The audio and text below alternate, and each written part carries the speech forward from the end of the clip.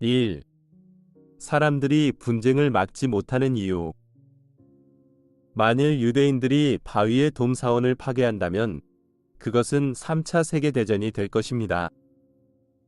나는 이 말을 유대인들이 제3의 마지막 유대인 사원이 되어야 한다고 믿는 곳에 위치한 상징적인 이슬람 사원인 바위의 돔 사원에서 불과 몇 백 미터 떨어진 예루살렘의 한 커피 앤 주스 바에서 들었습니다. 관광객들을 위해 프리랜서 가이드로 일했던 친절하고 상냥한 한 팔레스타인 남자가 했던 말입니다. 이틀 전에 한 무리의 유대 광신도들이 이슬람 사원 주변 울타리로 강제로 들어간 것이 발단이었습니다. 그들은 이슬람 교도들이 일상적인 기도 예배를 드리러 가는 것을 막으려고 입구를 봉쇄한 것 같습니다. 몇 분 만에 아랍 지역에서 이슬람 교도들이 회동했고 유대인들을 강제로 몰아내려고 했습니다. 이내 이스라엘 진압경찰이 출동해서 무슬림들을 체포하고 유대인들을 집으로 돌려보냈다고 합니다.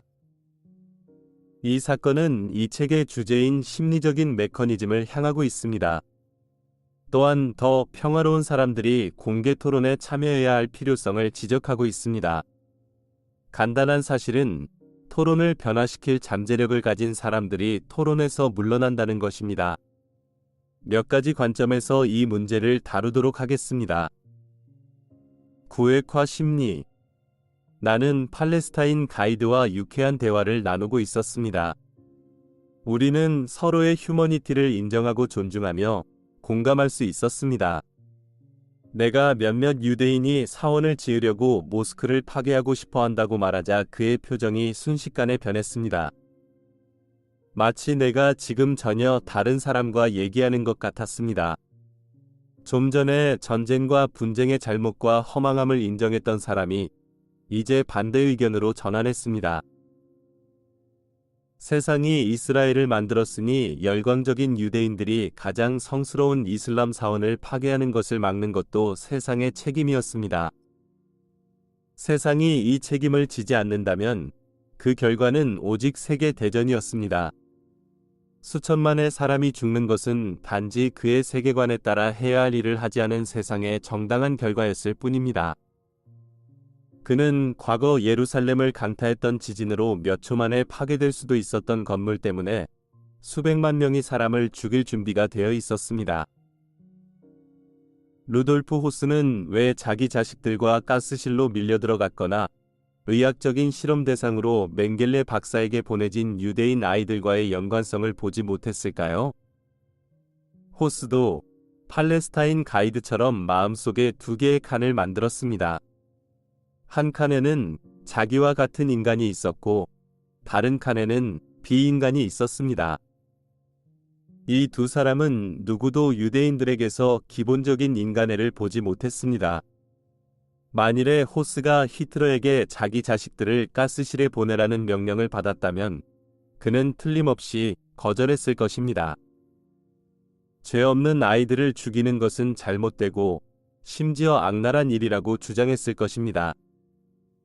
그런데 어떻게 가스실 바깥에 있는 벌거벗은 유대인 아이들에게는 동일한 기준을 적용하지 않을 수 있었을까요? 그는 자기 자식들에게서는 기본적인 인간애를 보았지만 유대인 아이들 속에 있는 인간애는 차단해버렸습니다. 자기가 인간을 죽이고 있다고 믿지 않았습니다. 우리 마음속에 칸을 만드는 이런 능력은 선을 이룬다는 믿음으로 악을 행하도록 허용하는 메커니즘의 일부임이 분명합니다. 이 책의 나머지 부분에서는 이 메커니즘의 본질을 조사하고 그 기원을 탐구하겠습니다. 당면한 나의 목표는 우리가 인간의 악을 초월하는 방향으로 진보하지 못하는 이유를 짚어보는 것입니다. 분쟁에 대한 새로운 접근 방식이 필요한 이유. 분쟁에 대한 새로운 접근 방식이 필요합니다. 지금까지 우리가 취했던 방법은 분명히 효과가 없었기 때문입니다. 만일 효과가 있었다면 세상이 더 평화로웠을 것입니다. 비교적 평화로운 나라에서 성장했기 때문에 나는 우리가 벼랑 끝에 살고 있다는 것을 쉽게 간과하거나 잊어버립니다.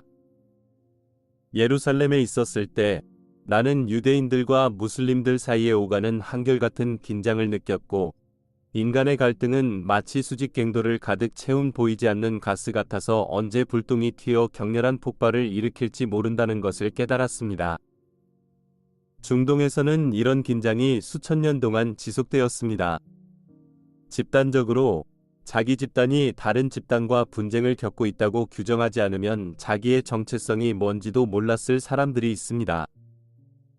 어떤 인간들을 인간이 아닌 인간으로 분류하고 꼬리표를 붙이는 심리적인 메커니즘이라고 설명할 수 있습니다. 이것은 또한 분쟁에 대한 우리의 현재 접근 방식이 왜 일종의 집단 관계인지 설명해 줍니다. 우리는 사람을 두 가지 범주로 볼 수 있습니다.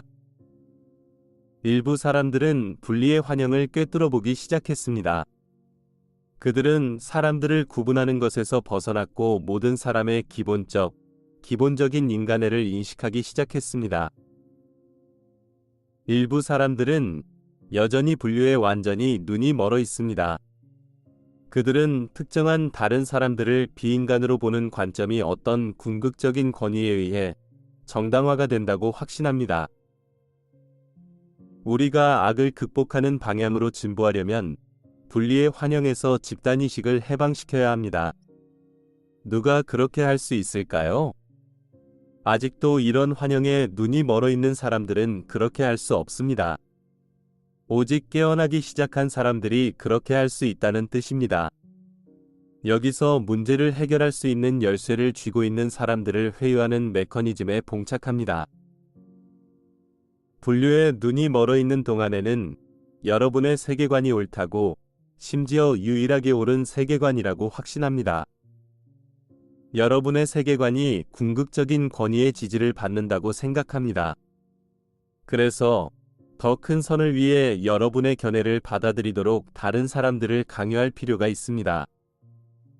여러분은 기꺼이 다른 사람들에게 강요를 하게 되고, 이것이 여러분을 아주 직설적이고 공격적으로 만듭니다.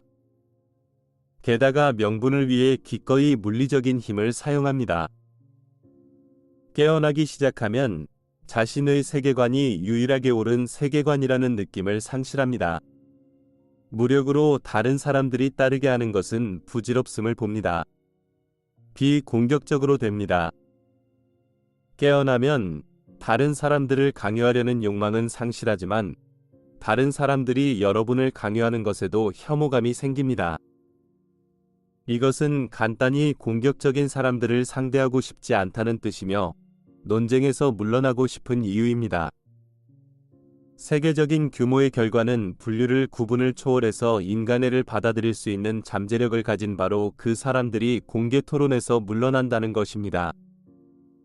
토론은 공격적인 사람들에게 남겨지고 결과는 뻔합니다. 분류를 받아들인 사람들은 관점을 옳은 관점과 모두 잘못된 관점으로 나눕니다. 그들은 사람들을 옳은 사람과 그른 사람으로 나눕니다. 이것은 필연적으로 서로 다른 세계관을 지지하는 사람들 간의 분쟁으로 이어집니다. 분류에 눈이 먼 사람들은 그런 분쟁에 대해 오직 한 가지 해결책만 볼 수 있습니다. 즉 그들의 세계관과 상충되는 견해를 전부 근절해야 한다고 봅니다. 잘못된 견해를 완강하게 옹호하는 사람들을 뿌리 뽑는 일이라면 이런 일은 더 우월한 목적을 위해 정당화될 수 있는 수단일 뿐입니다. 결론은 분명합니다. 분쟁을 일으키는 사람들은 결코 분쟁을 멈추지 않습니다. 선량한 사람들이 아무 일도 하지 않으면 악이 반드시 승리한다는 옛말이 있습니다. 우리는 비공격적인 사람들이 공개 토론에 참여하지 않으면 공격적인 사람들이 서로를 파괴할 때까지 계속해서 분쟁을 일으킬 것이라고 말할 수 있습니다.